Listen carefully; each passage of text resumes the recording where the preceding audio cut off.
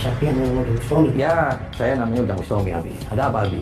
Wah, pantesan orangnya seperti ini. Kok pada orang seperti ini? Emang seperti apa saya? Saya kira orangnya itu kayak apa? Kayak apa gimana? Emang kayak setan? Ya lu kan setan. Nah, kenapa gue setan? Lu kan ada ngatain fotoan gua. Katanya teman-teman gua itu saya kalah sama Ujang Bustami. Ana lah paham, Abi. Ana lah paham. Ana ente kila mana lah paham. Apa itu? Mau nantang-nantang orang. Masuk ngapa? Lah maksudnya kenapa? Nah, siapa yang nantang-nantangin orang, Abi? Bu, temen aku bilang kamu nggak ada nantang. Sampai datangnya saya ditantang, mas, bukan ada nantang lagi. Orang mau datang ke sini, biar saya telepon tuh nama Ujang Bustami. Ya, Anda telepon itu marah-marah sama saya, sama Ana. Ana nggak paham. Ente maksudnya apa? Telepon-telepon Ana.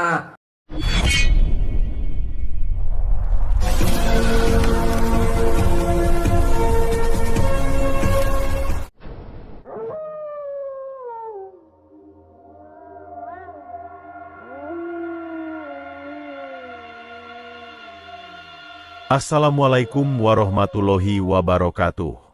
Sahabat pemirsa yang dirahmati Allah Subhanahu wa Ta'ala. Selamat menyimak kembali kisah dakwah Ustadz Kang Ujang Bustami, dan semoga keberkahan senantiasa terlimpahkan kepada kita semuanya.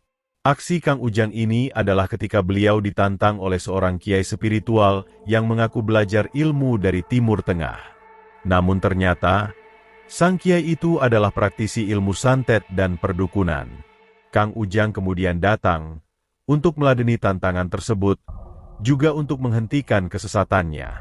Lalu apakah yang akan terjadi setelah Kang Ujang berduel hebat dengan sang kiai sesat ini? Silahkan disaksikan kisahnya selengkapnya. Dan semoga Allah Subhanahu wa Ta'ala senantiasa memudahkan Kang Ujang Bustami dalam menjalankan setiap misi dakwahnya.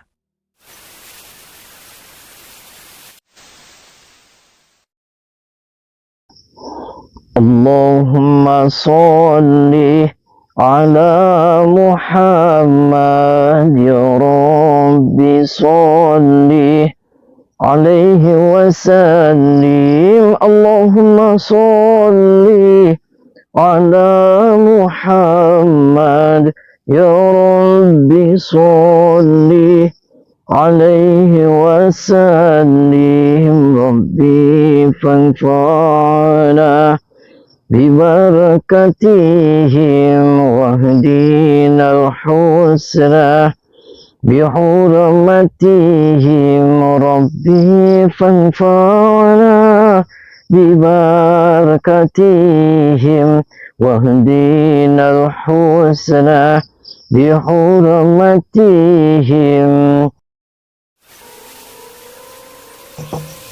Assalamualaikum. Mbak, saya dengan Ujang Bustami, boleh saya masuk? Boleh. Saya Ujang Bustami, jadi saya dari Cirebon. Saya tadi ditelepon sama Kiai Saiful Masduki. Ini betul ya?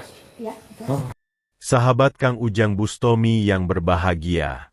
Rumah yang didatangi Kang Ujang Bustami ini adalah tempat tinggal dari Kiai Saiful Masduki, seorang spiritual yang mengundang datang Kang Ujang Bustami. Kiai Masduki mengundang datang, ternyata bertujuan menantang Kang Ujang untuk melakukan duel perhitungan. Dan mendapatkan tantangan dari Kiai Masduki itu. Kang Ujang sebenarnya tidak ingin meladeninya begitu saja. Karena Kang Ujang juga mendengar bahwa Kiai Masduki adalah juga seorang praktisi spiritual di kampungnya. Akan tetapi Kang Ujang juga merasa penasaran. Kalaulah benar Kiai Masduki adalah seorang spiritual yang lurus, seharusnya dia tidak melakukan tantangan kepada spiritual yang lainnya. Apalagi, Kiai Masduki ini malah ingin menantang dan menghabisi Kang Ujang Bustami. Karena itulah Kang Ujang mencoba menyelidiki tentang Kiai Masduki ini. Dan setelah itulah kemudian diketahui bahwa Kiai Masduki ternyata adalah seorang spiritual yang juga biasa membantu warga. Namun di balik itu semua, Kiai Masduki adalah juga praktisi ilmu perdukunan. Kiai Masduki diketahui juga biasa memenuhi permintaan orang-orang jahat untuk melakukan kirim santet. Dan bahkan, Kiai Masduki mendapatkan bayaran yang banyak dari perbuatan jahatnya dari melakukan kirim santet tersebut. Karena mengetahui hal yang demikian itulah, Kang Ujang pun kemudian datang untuk memenuhi undangan Kiai Masduki itu. Kang Ujang meyakini bahwa Kiai Mas Duki adalah kiai kampung sesat yang sangat berbahaya. Dan Kang Ujang datang adalah juga untuk menghentikannya. Dan ketika Kang Ujang sampai di rumah sang kiai, Kang Ujang diterima oleh seorang perempuan muda bermukena yang mengaku sebagai istrinya. Kang Ujang mengatakan bahwa kedatangannya adalah karena diundang datang oleh Kiai Mas Duki suaminya. Sang perempuan kemudian meminta Kang Ujang untuk masuk menemui suaminya yang terlihat baru selesai bersembahyang. Maka setelah bertemu Kiai Mas Duki, Kang Ujang pun mencoba bertanya kepadanya, apakah sebenarnya tujuannya sehingga ingin mengundangnya dan menantang duel dengan dirinya. Setelah itulah Kiai Mas Duki kemudian berkata, bahwa dia telah sering mendengar Kang Ujang Bustomi yang katanya memiliki kemampuan kanuragan yang sangat luar biasa. Warga masyarakat pun sangat menyanjung tinggi Kang Ujang Bustomi. Padahal baginya, Kang Ujang itu hanyalah spiritual yang biasa-biasa saja. Kang Ujang tersohor itu bukan karena kemampuannya, melainkan karena di-framing berita dari media. Karena sebab itulah Kiai Mas Duki ingin menantang dan mengalahkan Kang Ujang Bustomi. Dia ingin menunjukkan kepada masyarakat bahwa Kang Ujang Bustomi itu bukanlah spiritual yang hebat, dan sesungguhnya Kiai Mas Duki lah spiritual yang paling luar biasa. Dan mengetahui tujuan dari Kiai Mas Duki itu, Kang Ujang pun mencoba untuk bertanya kepadanya, bahwa sesungguhnya tidak ada yang paling hebat di dunia ini. Karena yang paling hebat hanyalah Allah Subhanahu wa Ta'ala. Adapun manusia memiliki kemampuan, itu hanyalah sekedar titipan dari Tuhan. Hendaknyalah kemampuan itu tidak untuk diadu, apalagi untuk disombongkan. Seharusnyalah kemampuan itu dilakukan untuk membantu kesusahan dari sesamanya.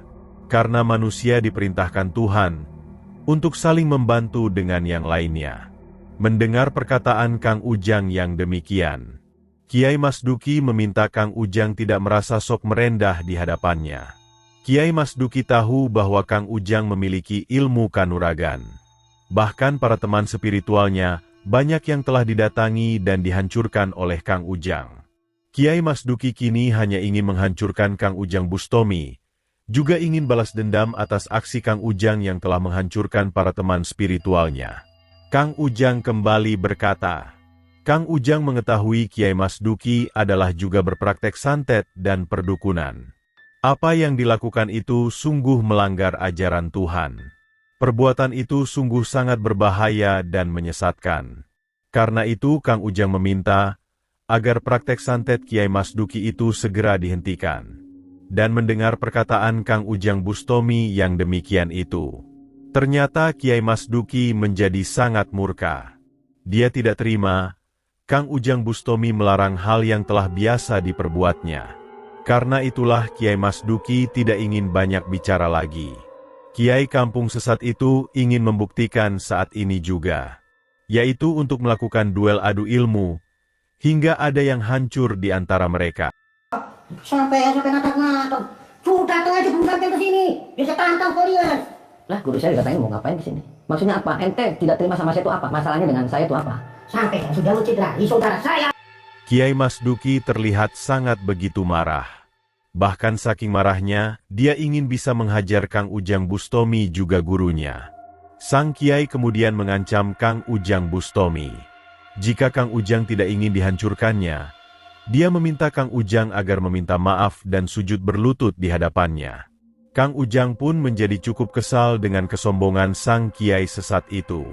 Sehingga Kang Ujang tidak ingin bersabar lagi. Kang Ujang mempersilahkan sang kiai jika ingin berduel dengannya. Karena dia datang, adalah juga untuk menghentikan sang kiai dengan kesesatannya. Maka terjadilah duel yang sangat hebat Kang Ujang dengan sang kiai sesat tukang santet itu.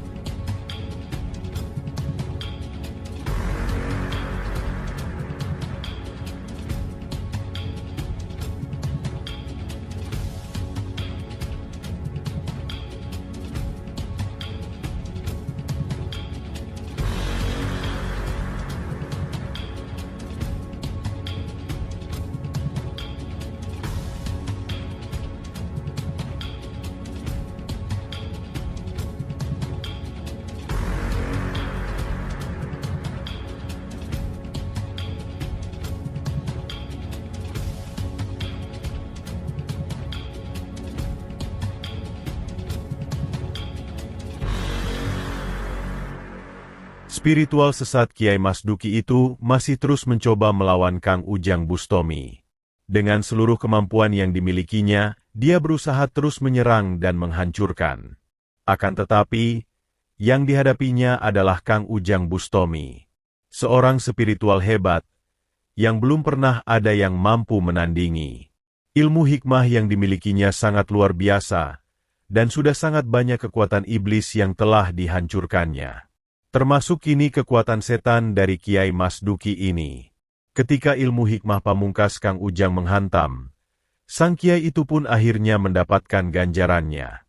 Tubuh sang Kiai langsung tumbang tepar dan tergeletak hancur tak berdaya.